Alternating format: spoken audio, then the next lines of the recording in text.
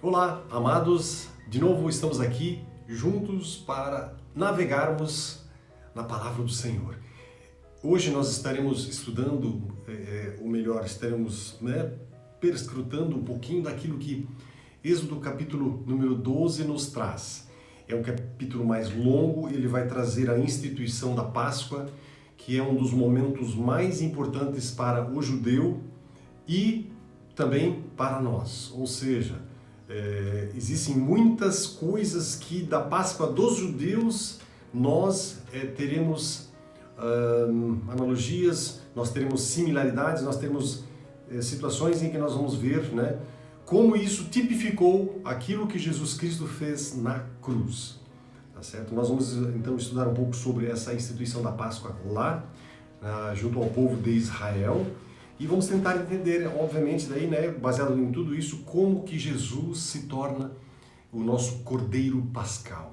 Que, aliás, é algo assim maravilhoso saber que nós temos alguém que pagou um preço muito alto, morte na cruz, derramou sangue por mim, por você. Isso soa louco para alguns, isso pode soar muito doido para outros. E é claro, para outros vai soar um absurdo. Por isso é importante que nós, eu e você, nós possamos entender tudo isso, pedindo o auxílio do Espírito de Deus, o Espírito Santo de Deus. Através dele, somente por intermediação desse Espírito, nós podemos conseguir entender por que a Páscoa precisou acontecer e porque tudo isso aconteceu no passado e tudo isso aconteceu lá no povo de Israel, em Jesus, e o que isso tem de implicação para nós hoje, agora, no tempo que nós estamos vivendo. Vamos lá, gente, vamos navegar um pouquinho na palavra do Senhor, que é uma das coisas mais gostosas que tem, e eu convido você para, junto comigo, fazer uma oração. Pai querido, no nome de Jesus, permita que esta palavra fale profundamente ao nosso coração. Senhor, nós precisamos disso, nós precisamos do Teu operar, do Teu agir em nós. Nós precisamos que Tu, Senhor, Tu mesmo, uses a Tua própria palavra para falar conosco, porque nós não queremos fazer interpretações baseadas naquilo que nós achamos. Não, Pai, o nosso achismo não pode ter lugar. A nossa interferência não pode ter lugar. Por isso eu clamo e peço, dá-nos clareza, dá-nos ouvidos que ouçam a Tua poderosa voz, repreendo todo o mal e ordeno que Satanás e todo espírito maldito das trevas que atrapalha, que interfere, que de algum jeito quer impedir o entendimento claro da palavra do Senhor, eu repreendo na autoridade do nome do Senhor Jesus e declaro esse momento um momento santo, porque é o momento de buscar a presença poderosa do Senhor, dos senhores e Rei dos reis. Eu oro em nome de Jesus. E vamos continuar tomando um pouquinho desse chimarrão, que é tão gostoso, né? Tomar um chimarrão. Aliás, uma das coisas que eu gosto muito de fazer. De manhã cedo, quando eu acordo, né? Sempre que eu posso, claro, nem sempre isso é possível, né? Eu sempre faço, obviamente, a minha meditação, mas eu gosto muito de fazer a meditação, minha oração da manhã, tomando um chimarrão. É muito gostoso. Convido você a abrir em Êxodo, capítulo de número 12, vamos à leitura da palavra. Nós vamos fazer da seguinte maneira, nós vamos lendo e tentando, obviamente, compreender o que está escrito ali. Ok, amados? Vamos lá. Êxodo capítulo 12, os versículos iniciais, né, vão falar da instituição dessa Páscoa. Lá diz o seguinte: Disse o Senhor a Moisés e Arão na terra do Egito: Este mês você será o principal dos meses, será o primeiro mês do ano. Falai a toda a congregação de Israel, dizendo: Aos 10 deste mês, cada um tomará para si um cordeiro, segundo a casa dos pais, um cordeiro para cada família. Mas, se a família for pequena, para um cordeiro, então convidará ele o seu vizinho mais próximo, conforme o número de almas, conforme o que cada um puder comer. Por aí calculareis quantos bastem para o cordeiro. O cordeiro será sem defeito, macho de 1 ano. Podereis tomar um cordeiro ou um cabrito, e o guardareis até o 14º dia desse mês, e todo o ajuntamento da congregação de Israel o imolará no crepúsculo da tarde. Tomarão o sangue e o porão em ambas as ombreiras da verga da porta, nas casas em que o comerem. Naquela noite comerão carne assada no fogo, com pães asmos e ervas amargas a comerão. Não comereis do animal nada cru, nem cozido em água, porém assado no fogo, a cabeça, as pernas e a fressura. Nada deixareis dele até pela manhã. O que, porém, ficar até pela manhã, queimá-lo-eis. Dessa maneira comereis lombos cingidos. Dessa maneira a comereis, ou seja, se referindo, né, como eles vão ter que comer essa carne.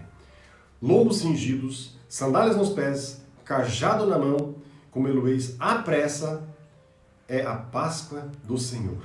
Porque naquela noite passarei pela terra do Egito e ferirei a terra do Egito. Todos os primogênitos, desde os homens até os animais, executarei juízo sobre todos os deuses do Egito. Eu sou o Senhor. O sangue vos será por sinal nas casas em que estiverdes. Quando eu vir o sangue, passarei por ela, por vós, né? Por ela a casa, no caso, ou seja, por vós, pelas pessoas. E não haverá entre vós praga destruidora quando eu ferir a terra do Egito. Então, vocês estão percebendo aqui que a coisa, o caldo engrossou feio para os egípcios, né? Nós estamos aqui falando justamente da instituição da Páscoa, que é o momento em que a 10ª praga, ela acomete os egípcios. Então, aqui nós temos o seguinte, né, que a libertação de Israel dessa escravidão do Egito estava assim no processo de acontecer. E, claro, acontecendo isso, assim, oficialmente, vamos dizer, Israel se torna a nação do Senhor, a nação de Jeová. Isso baseado naquilo que estava escrito lá em Êxodo capítulo 6, os versos 6 e 7. Mas, para tanto, era necessário o quê? Uma consagração da parte do Senhor, né? De modo que essa quebra, essa ruptura com o Egito fosse acompanhada também de uma separação interna, né? De tudo aquilo que viesse dessa fonte dos egípcios, dessa fonte pagã, dessa fonte. Havia necessidade de que houvesse um ponto de mudança. E esse ponto de mudança seria essa consagração conferida pela Páscoa, né, que o Senhor está instituindo aqui, pelo Pessah.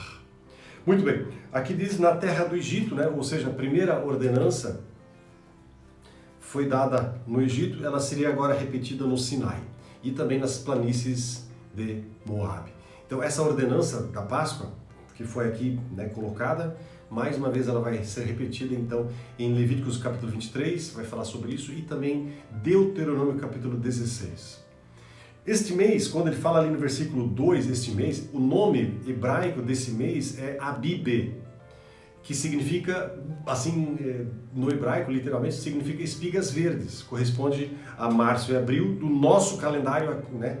E durante o exílio, ele foi substituído para o nome de Nisan. Nisan significa começo, significa abertura.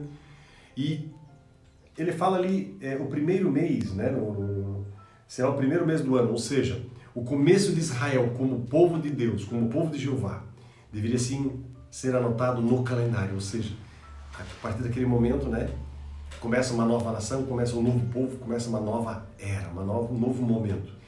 E o ano civil, então, vai começar, e ainda hoje, né, no mês de outono, né, na festa das trombetas. Isso foi instituído em Levítico capítulo 23 e também em Número capítulo 29. E hoje, então, ela é chamada de Rosh Hashanah, ou seja, ponta do ano ou ano novo. E o ano religioso ou espiritual começa no mês da Páscoa, o primeiro mês, né, dessa nova vida de Israel na qualidade de um povo restaurado pelo Senhor. Então nós temos dois calendários que caminham mais ou menos junto, que é o ano civil e o calendário religioso, o ano religioso. Então esse ano judaico, gente, ele vai começar com o mês de Tisri, que é perto do equinócio do outono. O mês que sucedeu a saída é o mês de Abib, era no equinócio da primavera. Então os judeus agora, eles têm o seu ano civil no mês de Tisri mas o seu no sagrado começa, né, no mês de Abib. Pois bem, ali no versículo 3 fala de um cordeiro. Era um cordeiro, um animal, ou podia ser um cabrito, mas normalmente, segundo os estudiosos, normalmente era um cordeiro. E ali no versículo 4 fala que deveria ser uma festa familiar, uma cerimônia familiar, melhor dizendo. A não ser, é claro, que a família fosse muito pequena. Então, de acordo com a exegese dos rabinos, né, que viram isso tudo, pequena demais significa uma família com menos que 10 pessoas, né, de acordo com os rabinos ali. E ali diz no versículo 4, conforme o que cada um puder comer. Ou seja, eles deviam calcular quanto cada um poderia comer e assim determinar se deveriam se reunir com uma outra família ou não. E aí, tendo 10 pessoas, além de mulheres e crianças, era o mínimo necessário para consumir o cordeiro. Tá? E aí fala também no versículo 5 agora de um cordeiro, as qualidades desse cordeiro, como ele deveria ser. Sem defeito, macho de um ano, né? Esse sem defeito nos lembra de Jesus Cristo, que foi para a cruz, morreu por nós também sem nenhum defeito, sem nenhum pecado, vamos assim dizer. Mas também aqui fala que esse cordeiro deveria ser de um ano, ou seja, os rabinos, eles interpretam isso como significando, como se fosse um cordeiro que seria sacrificado dentro do primeiro ano. Tipo assim, não necessariamente ele tinha que ter exatamente um ano, mas dentro desse primeiro ano, ele era considerado de um ano. Segundo os rabinos, né? Segundo os judeus, eles interpretavam dessa maneira. Ele podia ter então 10 meses, 8 meses, 6 meses, poderia ter, porque ele seria considerado como de um ano. Tá certo? Os comentadores modernos, eles geralmente aceitam o significado de um ano que eles interpretam como a idade da inocência. Então, durante esse tempo, seria a idade da inocência. E mais tarde, os rabinos e o pessoal lá que rege as coisas lá em Israel, eles instituíram que deveria ser somente cordeiro, e não mais o cabrito, então cai fora à medida que o tempo vai passando. Lá no versículo 6, fala, guardareis, né? Para quê? Para que possa ser permitida uma inspeção, né? Os negócios de Deus, gente, jamais devem ser feitas na corrida, feitas assim às pressas. Tudo tem que ser feito de acordo com aquilo que o Senhor determinou. Então, é claro que se o Senhor determinar urgência e pressa, assim será, mas Ele é que determina.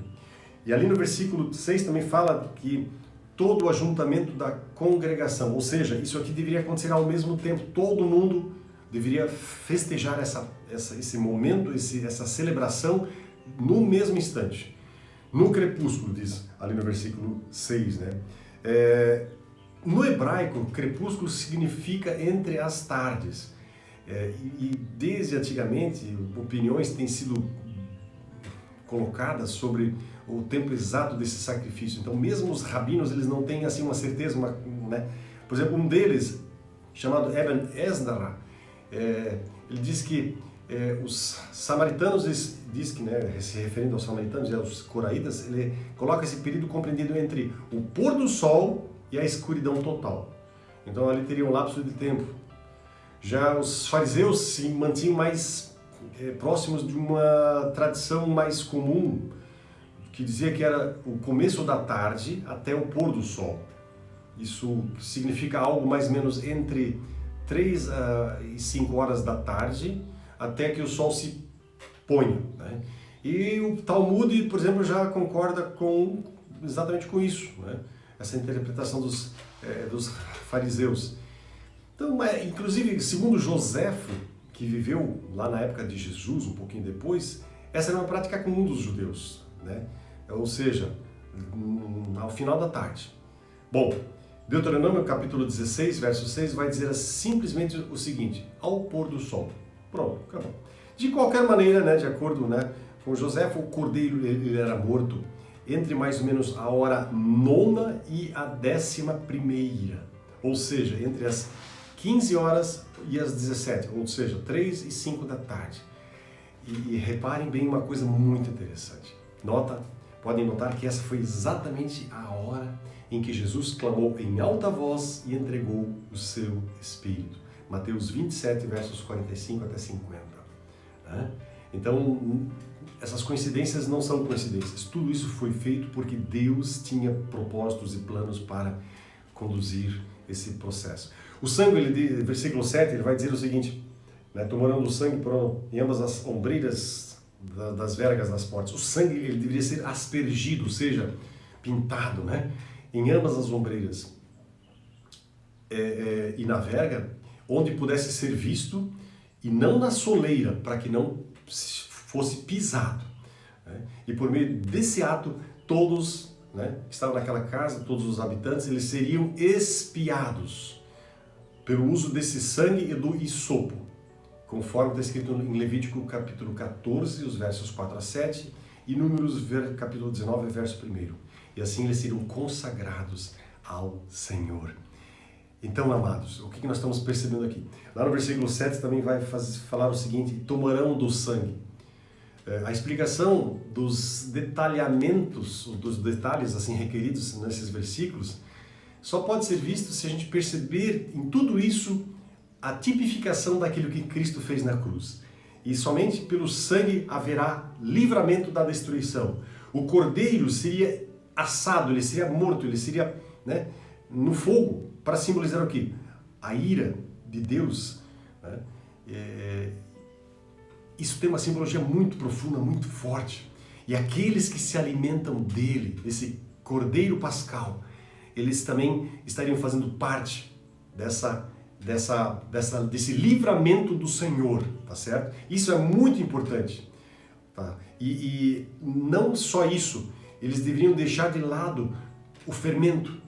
Isso é outra coisa que está escrito aqui. O fermento tem normalmente dá a ideia na palavra de Deus de malícia, de maldade e de pecado. É só vocês olharem em 1 Coríntios capítulo 5, verso 8.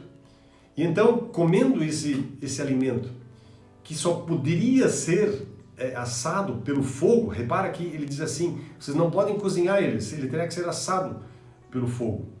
Isso também tipifica a obra e a oferta de Cristo, ela foi completa. Ela precisa ser recebida na sua inteireza, no seu todo. Isso é muito forte. E aí no versículo 8 ele vai dizer, né, que ela será assada. O animal inteiro deveria ser espetado e assado no fogo. Isso também fala da unidade, da integridade desse cordeiro, né, que era dado para esse povo comer. E os participantes ali reunidos nessa unidade, nessa comunhão, eles iriam participar desfrutar desse alimento. Fala também, versículo 8, dos pães asmos. Esses pães asmos são uma memória também, a pressa com que tudo isso deveria acontecer, porque eles deveriam comer às pressas. Mas também pode significar, lembrando que pães asmos não tem fermento, então, ou seja, eles teriam que fazer o pão sem fermento, fazer rapidinho na corrida, porque seria esse o momento simbolizado aqui. Mas também pães asmos podem ser um símbolo de quê? De purificação e da libertação, né, do fermento do mundo, vamos assim dizer. E aqui também no verso 8 vai falar de ervas amargas. Alguns rabinos vão dizer o seguinte, ervas amargas seriam o quê? Alface, escarola, chicória. Existe uma outra erva chamada serpentária, hortelã, dente de leão. Tudo isso fazia parte do grupo das ervas amargas. Isso deveria servir, né, para chamar a atenção para toda essa amargura da vida que foi experimentada pelo povo de Israel lá no Egito. E essa agora amargura, ela seria sobrepujada, né, pela doçura da carne do cordeiro. E ainda o versículo 9 fala sobre, né, das partes internas, a fressura. Fressura são as partes internas, vísceras, coração, fígado, ou seja, tudo deveria fazer parte, né, do processo de assar esse cordeiro. Vamos terminar aqui porque o tempo já está avançado. Nós iremos continuar já na sequência, né? Vocês podem ver. Mas antes de mais nada, eu gostaria muito que cada um dos irmãos, cada um de vocês pudesse parar um pouquinho para pensar que coisa poderosa aconteceu na cruz, quando Cristo Jesus morreu por mim e por você. Havia toda uma tipificação no Antigo Testamento daquilo que iria acontecer no tempo do Novo Testamento. Meu amado, é muito amor um cara se doar, literalmente, e morrer, para que eu e você pudéssemos ter vida e vida em abundância. Meu amigo, eu e você somos chamados a responder, a dar uma resposta para tanto amor. E se você entendeu esse grande amor do Senhor, coloque sua vida nas mãos dele. Amém? Vamos orar. Pai querido, obrigado. Obrigado pelo sacrifício imenso feito por Cristo Jesus na cruz. Obrigado a Deus por esse cordeiro pascal imolado lá naquela cruz que derramou o sangue precioso para que nós pudéssemos ter vida. Abençoa, Senhor, a vida também de cada um que está ouvindo essa palavra. Permita, Senhor, compreensão e clareza das Tuas verdades, Pai. E que essa verdade entre em nossos corações poderosamente, para que, Senhor, nós possamos dar uma resposta positiva para Ti, ó Deus, dizendo, Senhor, sim, eu me submeto a Ti, eu entrego a minha vida a Ti, eu me coloco nas Tuas mãos, Pai. Permita que a vida de cada um que está ouvindo esta mensagem seja uma vida de consagração, de busca da Tua presença, do Teu grande amor, de Ti, Senhor. Oramos em nome dele, Jesus Cristo. Amém e amém. Fiquem na gostosa paz de Jesus. Amém?